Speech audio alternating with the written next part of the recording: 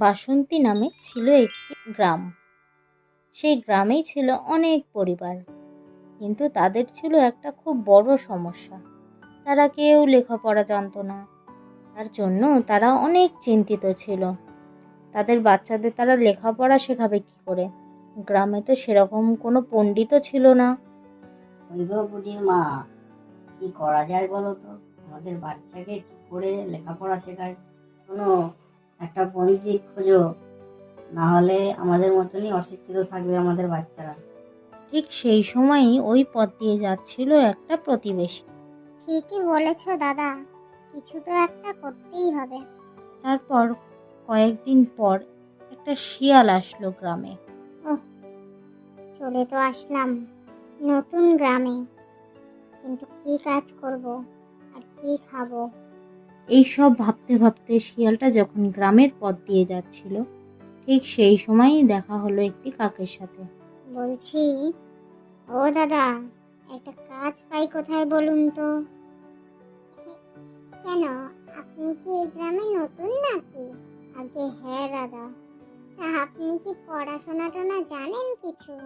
আগে হ্যাঁ জানি, ওই একটু আধটু। তা বেশ ভালো, তা ভালো। তাহলে আপনি আমাদের বাচ্চাদের পড়ালেখা শেখান।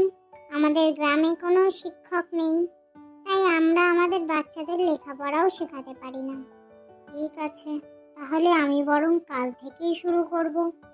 ঠিক আছে, ঠিক আছে। তাহলে আমি গ্রামের সবাইকে বলে দিই, যেন তারা কালকে তাদের বাচ্চাদের ওই পাঠশালায় পাঠিয়ে দেয়। কই গো দাদারা, তোমরা তোমাদের ছেলে মেয়েদের কাল থেকে পাঠশালায় পাঠিয়ে দেবে। পাঠশালায় নতুন পণ্ডিত এসেছে গো। এই সারা গ্রামে বলে দিল যে পাঠশালায় নতুন পণ্ডিত এসেছে, তারা যেন তাদের বাচ্চাদের পাঠশালায় পাঠিয়ে দেয়। তারপর পরের দিন সবাই পাঠশালায় আসে তাদের বাচ্চাদের নিয়ে, আর শিয়াল পণ্ডিতও তার পড়াশোনা শুরু করায়।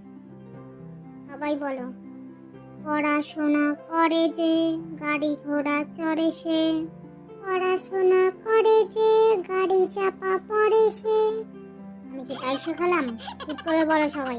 পড়াশোনা করে না, গাড়ি ঘোড়া চড়ে না, পড়াশোনা করে না, গাড়ি চাপা পড়ে না। না না না না, এভাবে হবে না, আর সহ্য করা যাচ্ছে না। আমি এভাবে আর পড়াতে পারবো না। শোনো সবাই, কাল থেকে আমি আর পাঠশালায় আসবো না। এই বলে শিয়াল পণ্ডিত সেখান থেকে চলে গেল। তারপর বাচ্চাদের বাবা মারা সব কিছু শুনে পণ্ডিত মশাইয়ের বাড়ি গেল। ও পণ্ডিত মশাই, পণ্ডিত মশাই, কি হয়েছে? ডাকাডাকি কেন? তুমি আর আমাদের বাচ্চাদের পড়াবে না নাকি?